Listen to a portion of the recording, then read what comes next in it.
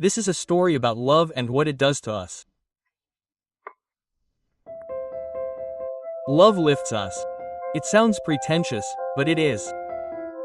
It is love that makes life interesting. All the great books, all the great films about love, all the great deeds. This is not something simply invented by highly impressionable fools. No, our brain literally changes. Chemical processes occur there that make us smile, give flowers, look into eyes, care, be jealous, jealous, and just be happy, madly happy.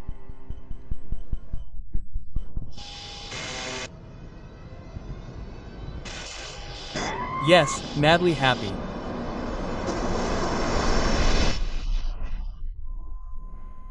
This is a story about love and what it does to us.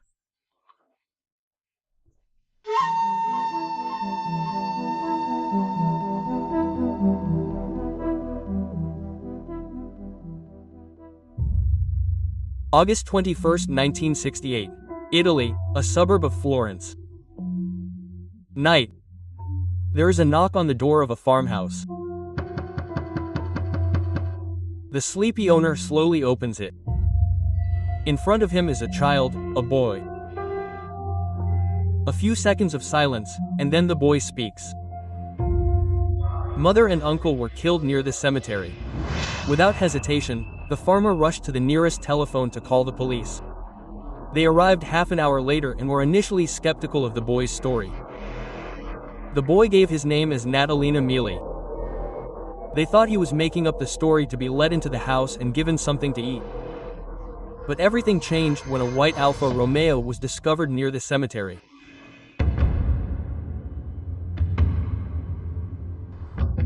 A white Alfa Romeo with holes in the windshield. Two bodies in the front seats, a woman and a man. The woman, the 6-year-old's mother, was half naked. The scene was clear. The lovers had parked in a deserted area near the cemetery. The 6-year-old in the backseat didn't stop them.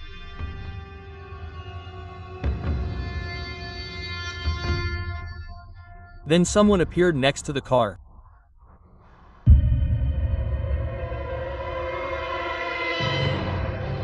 He fired several shots at the couple. Then he pulled the awakened child out of the car, took him to the village, and released him. This crime marks the starting point in the story of the notorious Florentine monster. For 30 years, he committed true atrocities. For 30 years, he never left a single clue.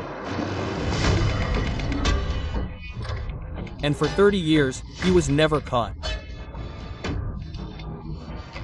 And today, you can guess for yourself who the Florentine monster really was.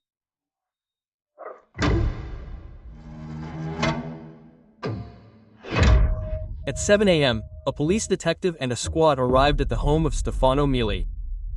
He was the father of the 6-year-old boy who knocked on the farmer's door. But as soon as the police approached the front door, it opened, and Stefano emerged with 2 suitcases in his hands. "Where are you going?" "To see a friend in Naples." Now, suddenly, and especially when there's no child at home. Sounds strange. Mili was informed of the crime, but he didn't seem surprised. He was invited to go to the police station. Naturally, he couldn't refuse. During the first interrogation, Stefano behaved calmly and openly. He honestly admitted that he knew about his wife's infidelities. When she didn't return home again at night, he thought he'd had enough. He packed his bags and was about to leave. Stefano was eventually released home, but before leaving, he was required to undergo a paraffin test to detect gunpowder particles on his hands. A thorough search of the cemetery grounds and access roads began. The rear left window was 1/3 down. The gunman fired through this gap. A 6-year-old boy was sleeping in the backseat. If the killer had fired through the windshield, he could have hit him. The killer clearly didn't intend that. He fired a total of 7 aimed shots. The weapon, a Beret Model 73 pistol. Now the main thing is what the only witness, 6-year-old Natalina Mealy, will say. And he told a very strange story. The victims were his mother, Barbara Locci, 32, and Antonio Lubian. Her friend, who, as it later turned out, was her lover. The three of them had first been to the cinema, watching a Japanese film. At 11:30 p.m., the group left the cinema, and Natalina fell asleep in the backseat of the car. The boy woke up to a roar and flashes overhead. It was the killer's gun. When everything died down, the child was pulled out of the car, and he saw the face of the criminal. And that face was familiar to him. It was the face of his father, Stefano Mealy. Stefano had a pistol in his hand. Stefano lifted his terrified son onto his shoulders and walked down the street with him, singing a cheerful song. Then, in front of the farmer's house, he lowered the child from his shoulders. But that wasn't even the most surprising thing. When the police asked Natalina if he had seen anyone else near the car, he began counting off the names on his fingers. First, he named Salvatore Vinci. He was Stefano Mealy's neighbor and friend. Then he corrected himself and said, no, Francesco Vinci, Salvatore's brother. Then he said he had seen Uncle Piera, the baker. This was Piero Muccirini, a distant relative of Stefano Mealy, and he really did work as a baker. The 6-year-old boy seemed ready to betray the entire village, but the policeman interrupted him. If you lie, I'll put you in jail, understand? Quote, the police realized the 6-year-old didn't seem to fully understand what was happening. He simply started naming all his relatives and neighbors.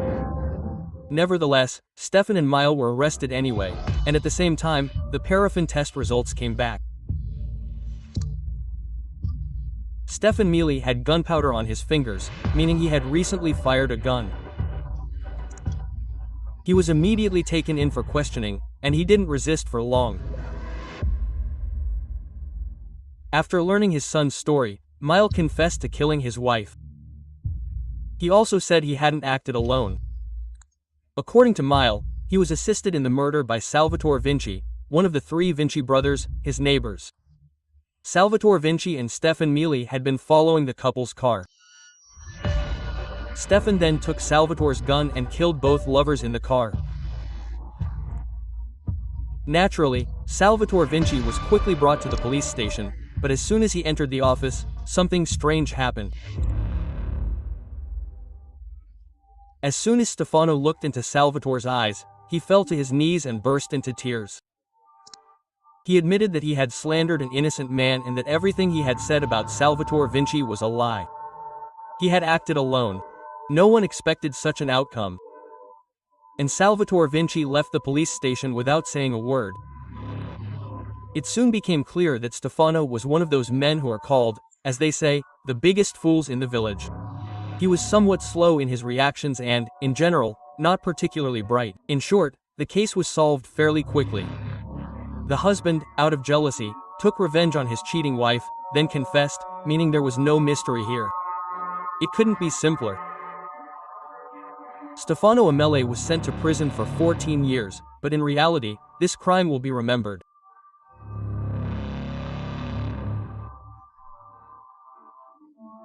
And they will remember it in 15 years, because the investigators missed something.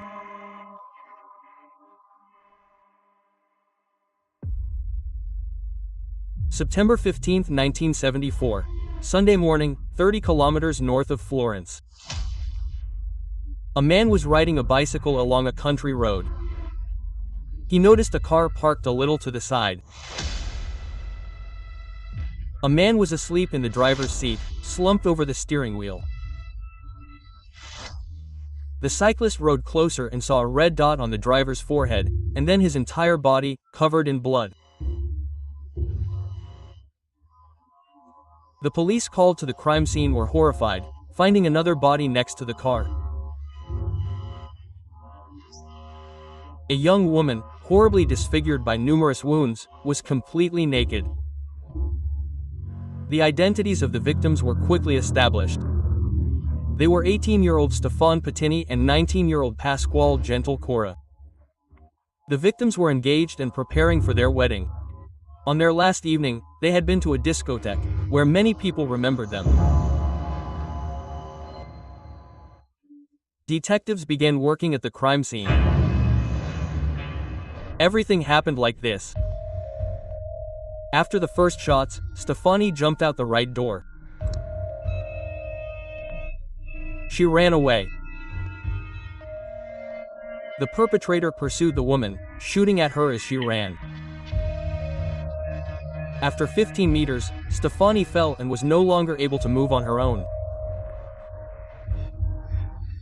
The killer dragged her body back to the car, where he stabbed her 97 times. 97 times. Let's just imagine. Look.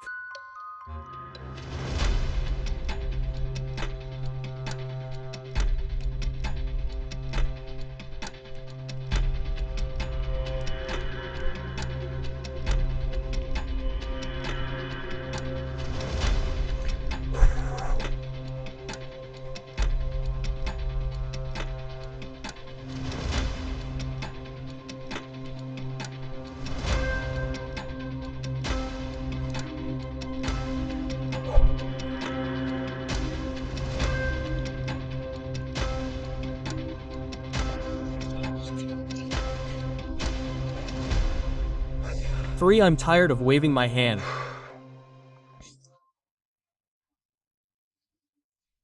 Can you imagine the fury with which the man killed this girl? And one more important detail. All the blows were inflicted on the lower abdomen, below the waist. Fingerprints were not obtained, the perpetrator was wearing gloves, and ballistics tests showed the weapon was a Beretta Model 73 pistol. This crime did not escape the press. All of Italy was horrified by the number of wounds on the girl's body. And the man was not even touched after the shooting. The first suspect, a certain Giuseppe Francine, quickly emerged. He himself claimed to have murdered the couple. He said their debauchery offended both him and God. Francine described the circumstances of the incident with some confidence, citing a few details, but the police quickly realized he was only citing facts reported in the press. He knew nothing about what the journalists hadn't mentioned. Francine was sent for psychiatric evaluation, and specialists easily determined that he suffered from severe schizophrenia. Thus, the first promising suspect was eliminated. For over a year, Tuscan police searched for the perpetrator, but gradually they found him. Law enforcement had no real leads. No unverified connections, no witnesses, no statements, nothing. Time passed, and the murder remained unsolved, soon forgotten. On June 6, 1981, at approximately 10:30 a.m., a police officer on leave was jogging along the road with his son. The fleeing group's attention was drawn to a car. It was parked by the road, right next to a grove of trees. A police officer quickly recognized gunshot wounds on the windshield.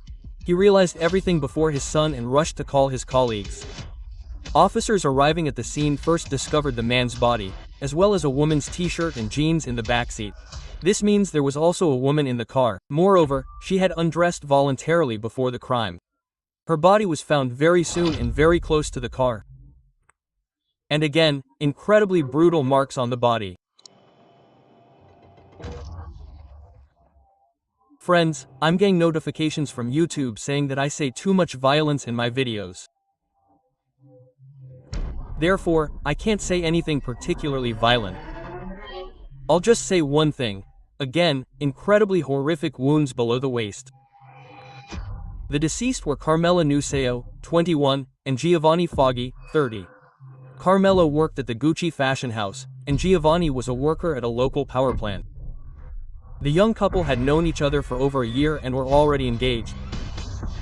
They spent the evening of June 5th at a discotheque, then headed to a cypress grove where they planned to retire. A farmer living across the street clearly heard a John Lennon song playing on the car stereo. Around midnight, the song stopped. While the police were gathering information at the crime scene, the coroner examined the bodies of the victims. The wounds on the girl's body inevitably suggested the hand of a master. Perhaps a doctor, a veterinarian, a hunter. Again, wearing rubber gloves, he managed to make no mistakes and left no trace. This spoke not only of luck but also of his composure. Considering he had to catch up with the girl, he demonstrated excellent physical fitness. Ballistics tests unmistakably identified the type of firearm. Again, a Beret Model 73 pistol. It was after this crime that the nickname, the Florentine Monster, first appeared on the front page of a Florentine newspaper.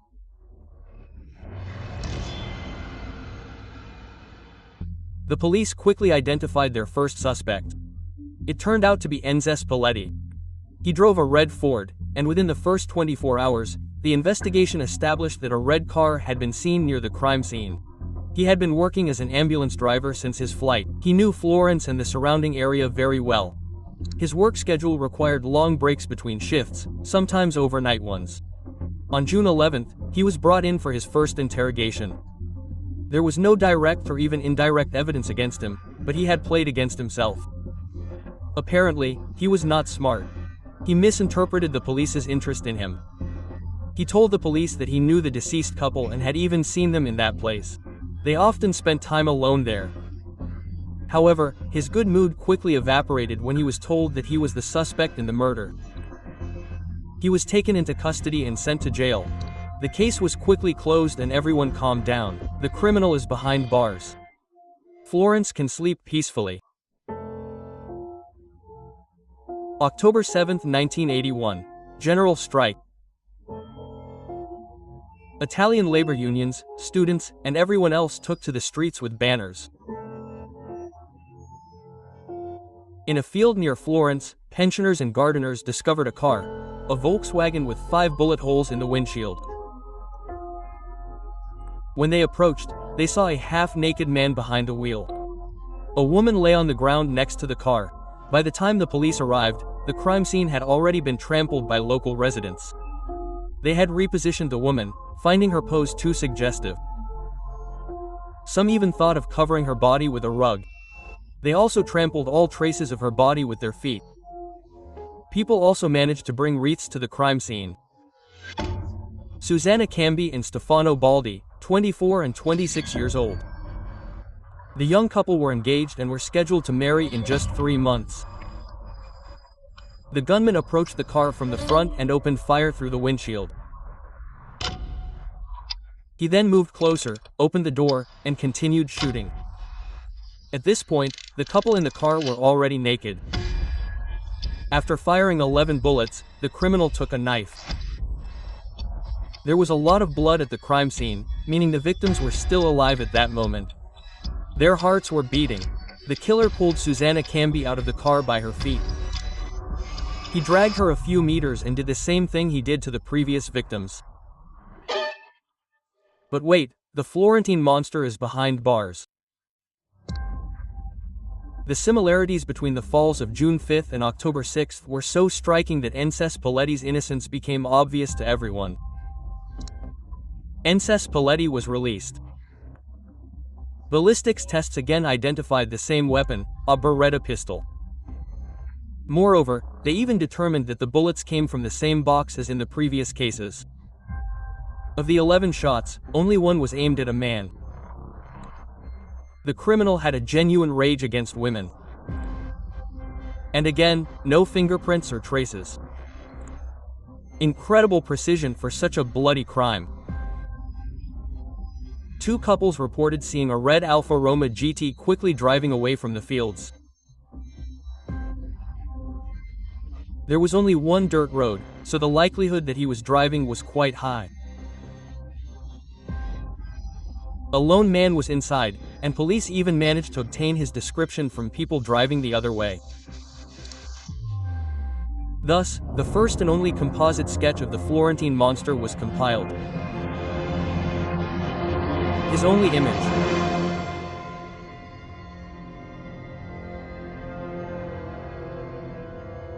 law enforcement began compiling a psychological profile.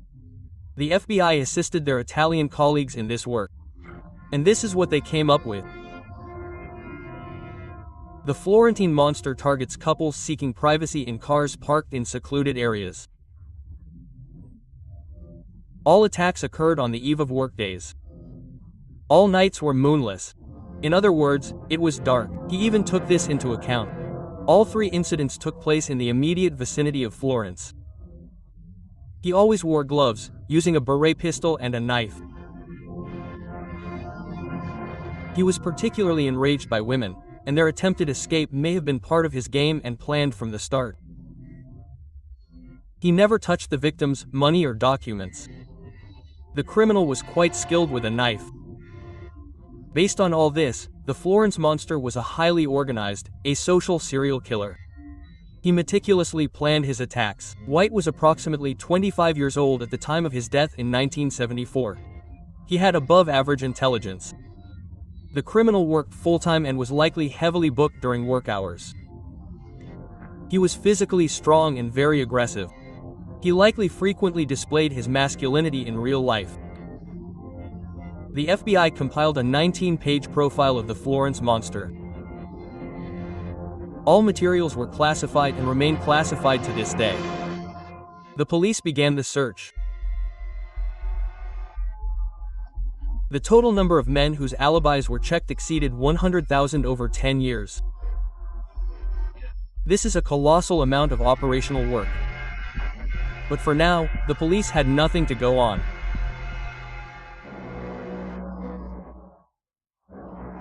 June 19, 1982.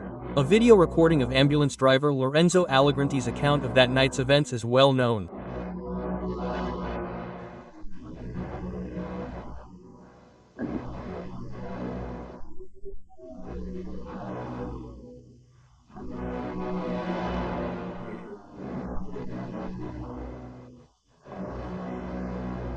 He was one of the first to arrive at the crime scene. Why was there an ambulance there? Yes, this time, one person in the car was still alive. Antonella Migriolina, 20, and Paolo Mainardi, 22. They had known each other since childhood and spent almost all their time together. The couple, in love, turned off the highway and onto a dirt road and drove 90 meters. They turned off the engine and began to undress. A few minutes later, Mainardi noticed a man. He emerged from the woods. Paolo immediately turned on the headlights, and they illuminated the stranger. Mainardi saw a pistol in his hands. He started the engine, put it in reverse, and pressed the gas pedal. At top speed, he raced backwards toward the highway, and the killer ran behind the car from the front.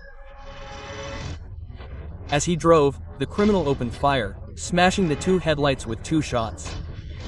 With the 3rd shot, the criminal wounded the driver in the right forearm. The bullet passed through. The girl climbed into the backseat, hiding behind the driver.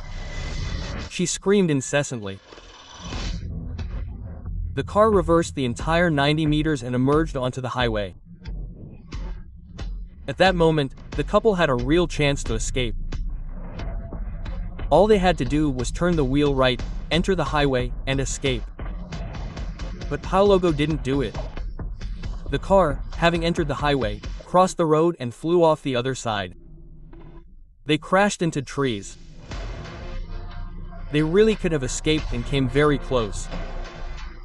Moreover, they saw the monster with their own eyes, but everything turned out differently. The criminal caught up with the car, opened the door, and shot both of them point blank. Apparently, he was frightened by the fact that everything had gone wrong, as well as by the girl's screams, which could have attracted attention. He didn't draw his knife this time. He was clearly a very good runner and a good shot.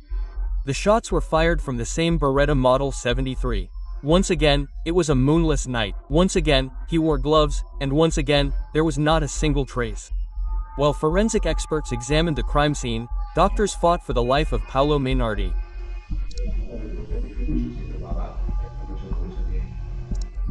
The importance of this witness cannot be overstated. He clearly saw the Florentine monster, but doctors were unable to save him. At 4:10 a.m. on June 20th, the young man died in the arms of the medical team in the shock therapy ward. Nevertheless, the investigation tried to turn the incident to its advantage. Prosecutor Silvia Monica, who led the investigation, gathered journalists on duty at the hospital and stated that Paolo Mainardi had regained consciousness before his death and provided vital information about the Florentine monster. A traffic police patrol was on duty in the area of the village on the night of the murder, and, in accordance with the regulations of the time, it recorded the license plates of all cars passing by during the night. A check of the footage revealed that between 10 p.m. and 6 a.m., only 6 cars had driven in both directions along the specified road. All 6 cars were found, all drivers were questioned, and nothing was found. A theory was then put forward. The car had only traveled one way. The monster doesn't take the car on the night of the murder, but drives home under its own power. He only returns to the car several days later. A large-scale search operation began. Police were informed that the maniac's car might still be parked in the woods. They searched every bush, abandoned building, lowland, forest, and ravine. And the very next day, the car was found in a dense forest 6 kilometers south of the murder site, covered in tree branches and bushes. They didn't clear the car, they set up an ambush. Special forces lay in wait, waiting for the car's owner.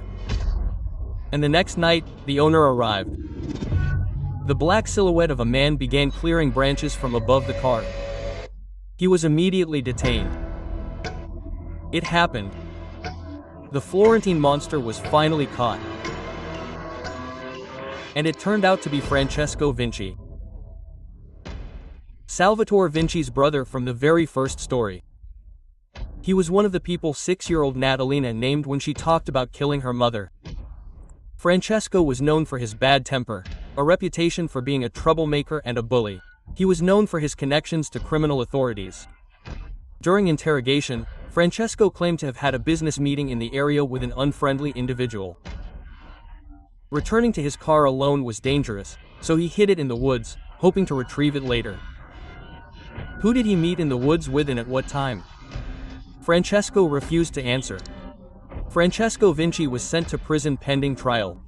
Then the prosecutor's office began searching for Stefano Mili. The same father who killed his wife in the first story quickly established that he had been released from prison to a special treatment facility due to poor health. A team was sent there for interrogation, but they were unable to speak with Stefano. As soon as he saw the police, he burst into tears. He screamed nervously that he knew nothing, didn't remember anything, and would soon die. And when they told him that the gun he used to shoot his wife had been firing for 14 years, he cried, "Now you see that I'm not guilty." He became truly hysterical. While Stefan was being questioned, another important event occurred, in the spirit of Hollywood detective stories. On the afternoon of June 22, 1982, Paolo Mainardi was buried, and that evening, the phone rang in the apartment of emergency doctor Lawrence Allegranti, who had tried to save Paula. The caller introduced himself as the prosecutor's assistant and asked to clarify what the dying Paula had told the doctors. The voice on the phone sounded polite, formal, and dry. But the doctor knew that Mainardi hadn't uttered a word. He also knew perfectly well that the prosecutor, and therefore her assistant, knew this. But in that case, who was calling?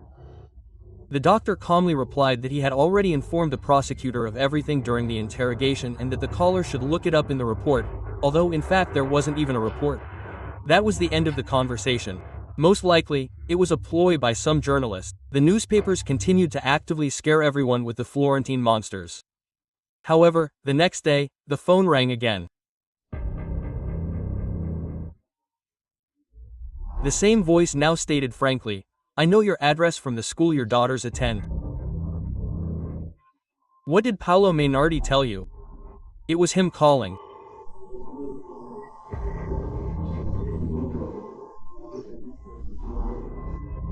He was trying to find out what the investigation knew, But where did he get the doctor's phone number, the addresses? And anyway, Francesco Vince, were you just detained near your car in the woods? Then who was calling? Allegranti was immediately placed under guard. His family members were also given a hidden armed escort. The doctor's phone was tapped. The chance of capturing the monster if he tried to make contact was practically 100%. But the maniac never showed up. So, Stefano Mili was in the hospital. Francesco Vinci was in prison. After some time, Dr. Lorenz's guard was removed. The situation surrounding the Florentine monster's crimes was becoming increasingly calm. The longer nothing happened, the more convinced the police became of Francesco Vinci's guilt. However, in September 1983, the Florentine monster reappeared.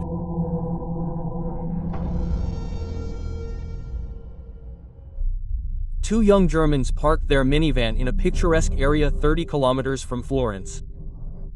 They parked the car 10 meters from the highway. On September 10th, at approximately 7 p.m., a car drove past them.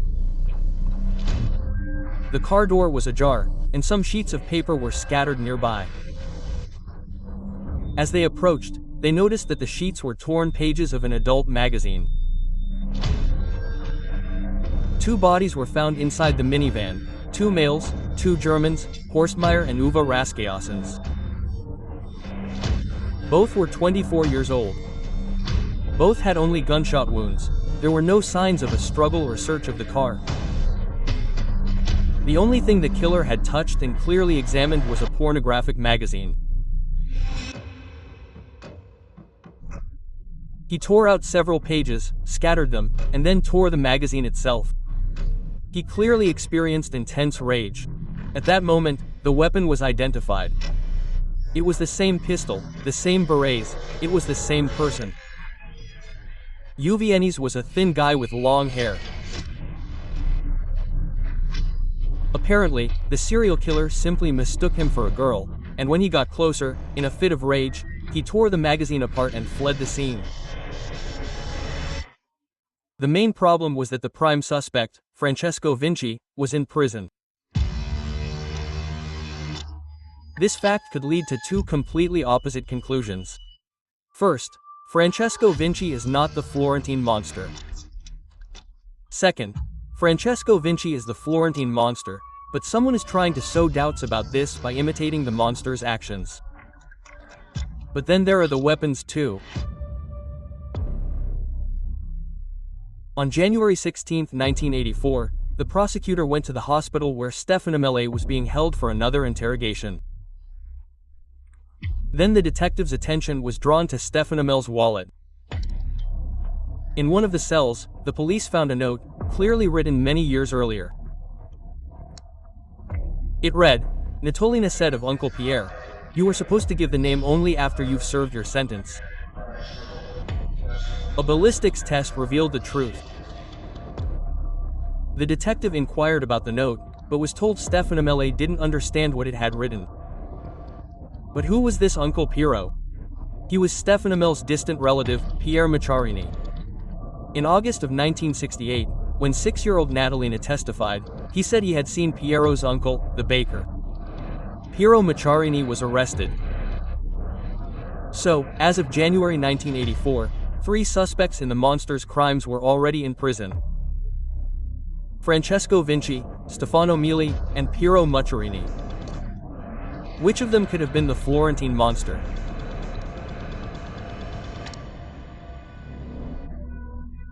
July 29, 1984, the last moonless night of that summer.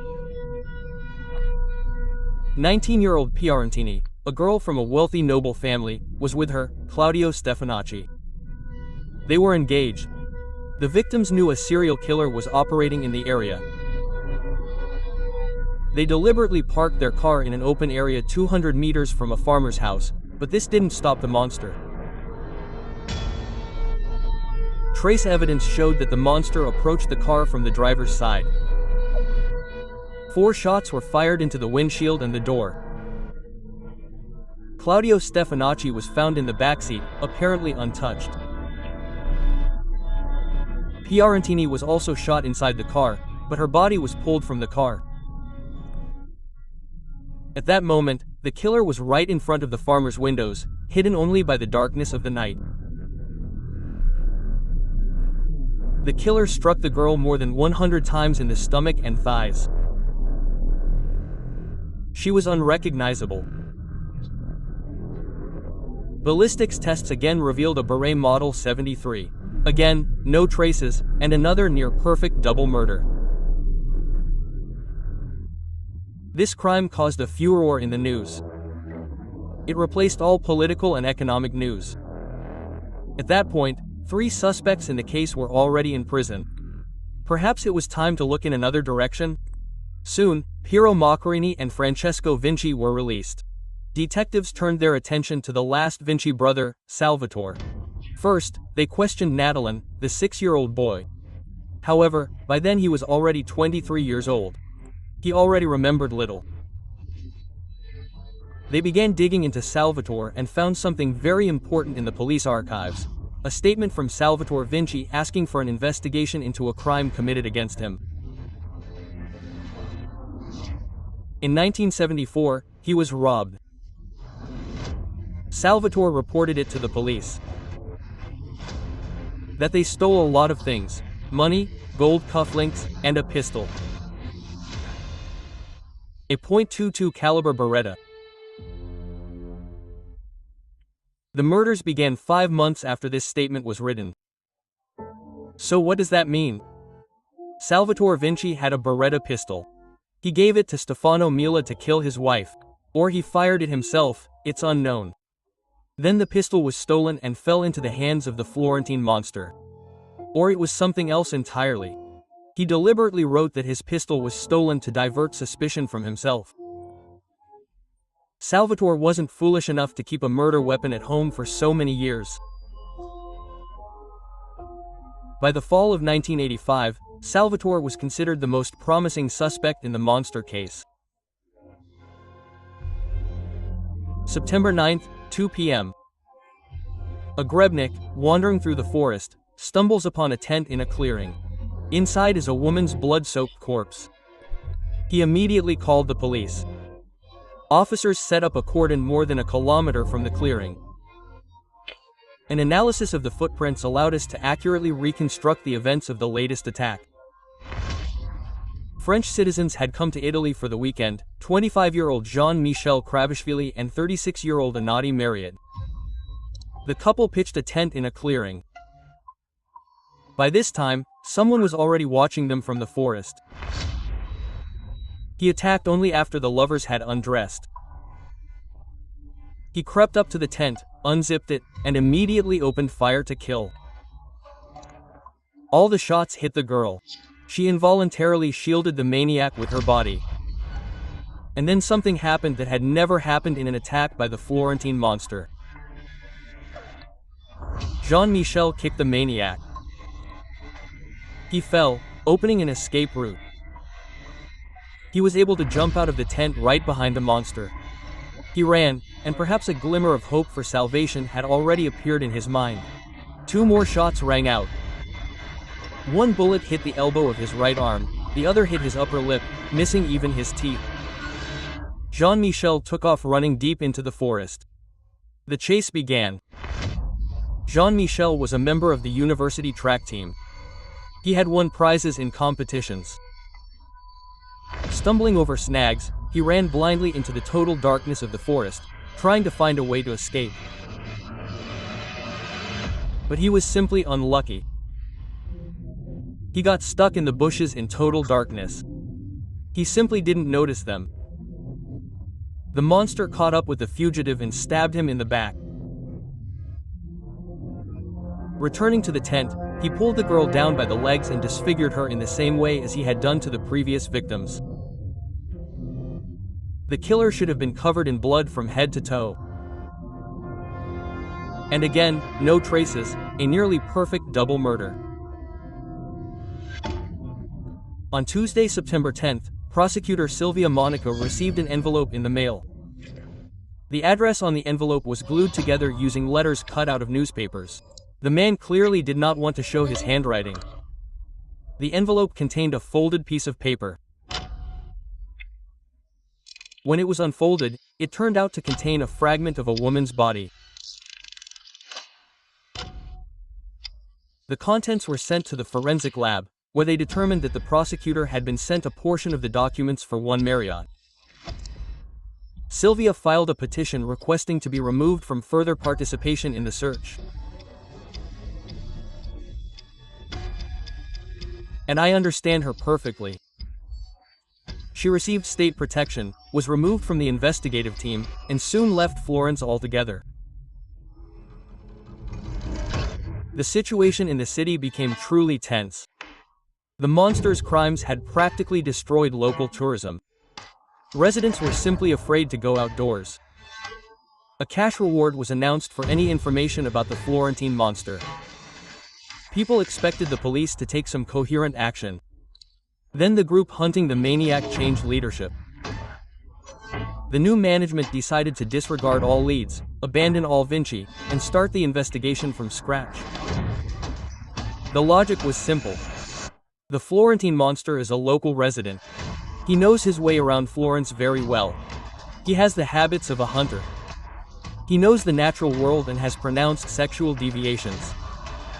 Then the police discovered an anonymous letter in their archives.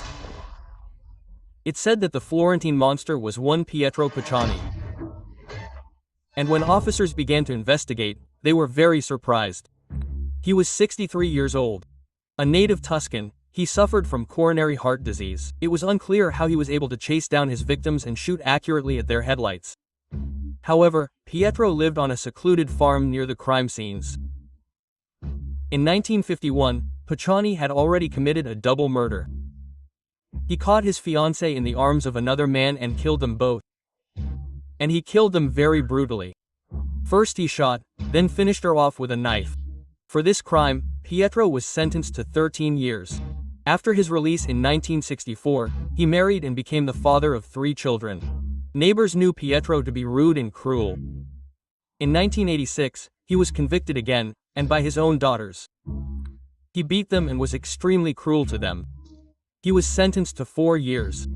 Overall, Pete is quite the jerk. He was a hunter and would spend days wandering the woods, stalking game. It also turned out later that he taxidermied animals. He was under surveillance for a long time, and in the spring of 1992, the police arrived at his farm. The longest search in the history of the region began.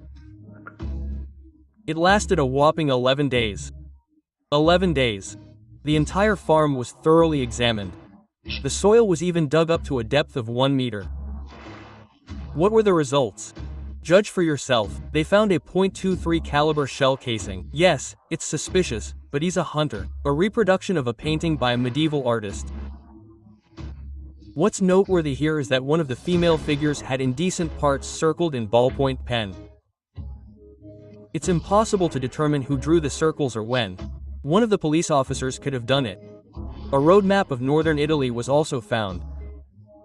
2 sheets were torn from a notebook on which 2 black magic recipes had been written in pen. In short, they've assembled a complete mess, which they could have planted themselves. Nevertheless, the police have already announced in the press that they've caught the Florentine monster. With the press hounded, Pietro, abandoned by everyone, was deeply depressed and seriously ill. He completely denied the charges against him. For over a year, the prisoner was kept in solitary confinement. Harsh conditions were imposed on him. He was denied meetings with his lawyers, letters from his wife were withheld, and visits were denied. One of the police's arguments is that Picciani had no alibi for the time of the last murder. Pietro's trial opened on April 14, 1994, and the press was in an uproar. The trial was long and extremely tense.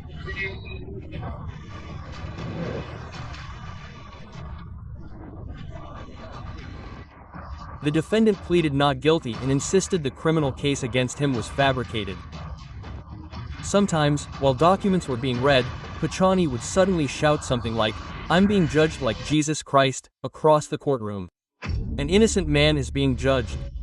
Most importantly, he was clearly being framed for the murder of the tourists in the tent, while the Florentine monster's other crimes were simply not considered. The trial lasted 6.5 months, and on November 1, 1994, the verdict was announced. The defendant was found not guilty of the murder of Barbara Loca and Anthony LaBianca simply because Stefan Amelie had confessed, and guilty of 7 other double murders. He was given 14 life sentences. 1 life sentence for 1 life. Upon hearing the verdict, Pacciani tearfully said, "I die innocent." Yes, the entire trial seemed very forced. The police clearly needed to give the public an account. They found a suitable man, or maybe not so suitable, and did everything they could to send him to prison.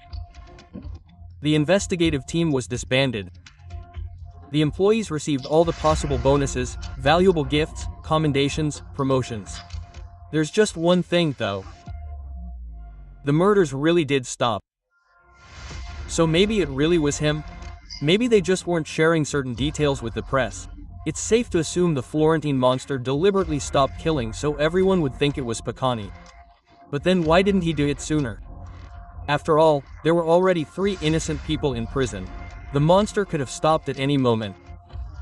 Nevertheless, Pacciani got out of prison, and he did so in a very unusual way.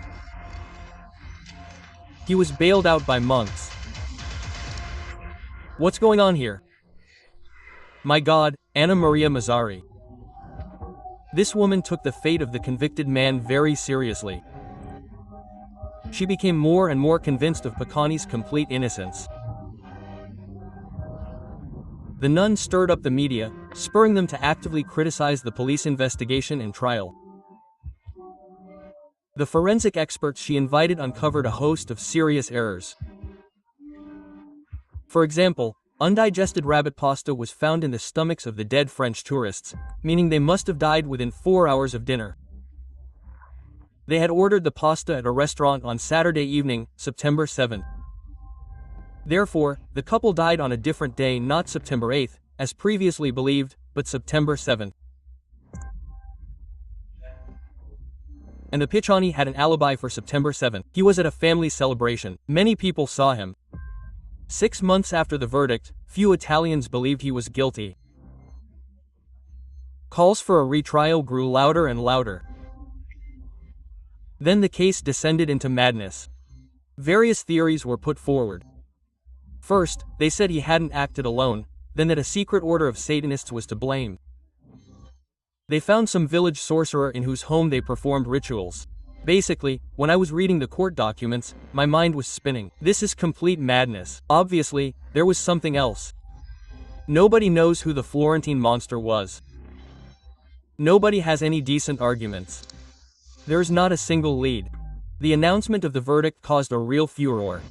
A crowd of admirers greeted the released Pacciani outside the courthouse. He was already being greeted as a folk hero, and on February 23, 1998, Pietro Pacciani was found dead in his own home.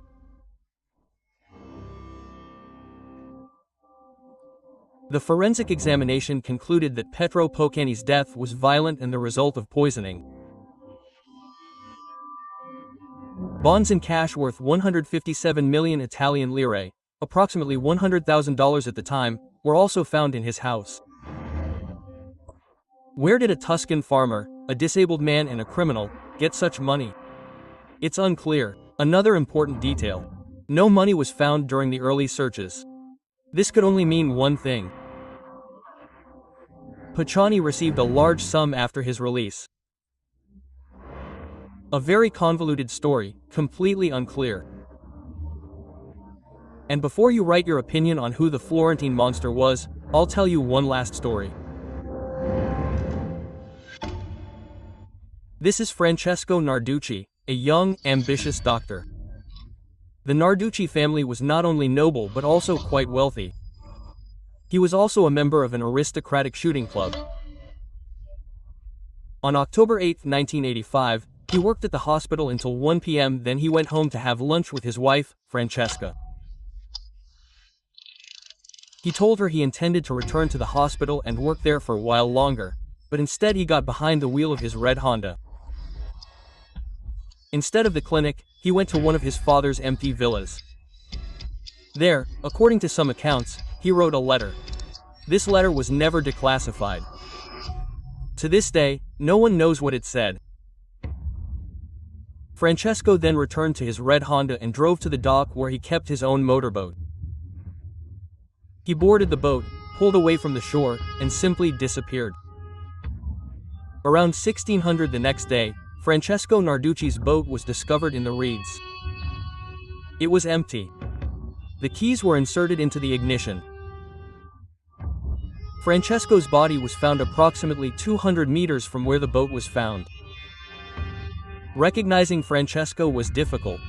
The body remained in the water for several days. Then, even stranger things began to happen. When his body was recovered, his wife initially said he had been wearing different clothes when he left, and then declared it was not her husband's body.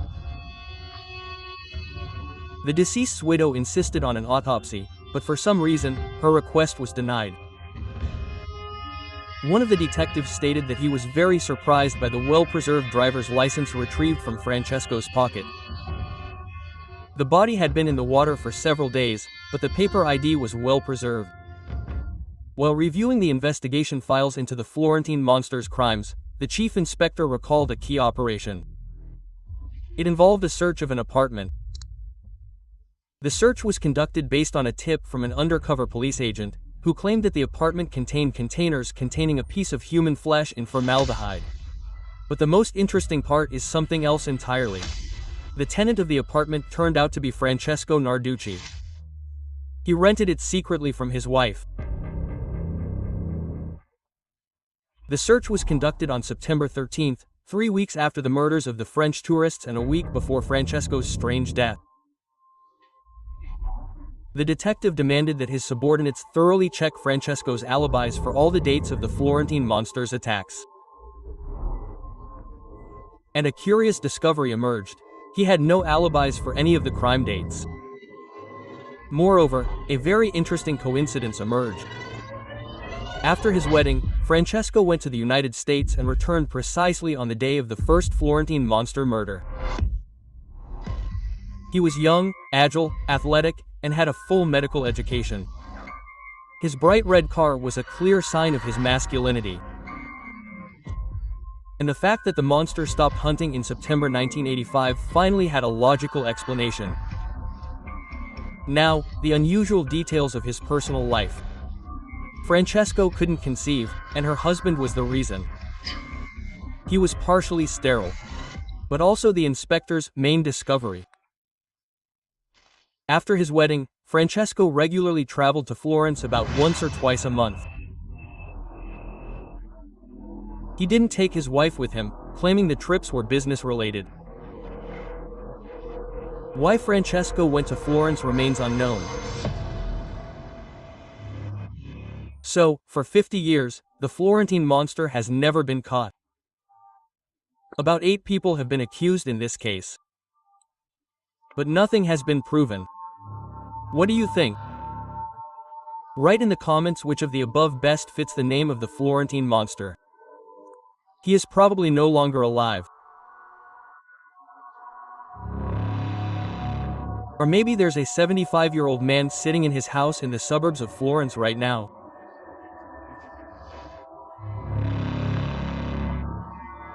A man with a secret. And he'll take that secret to his grave.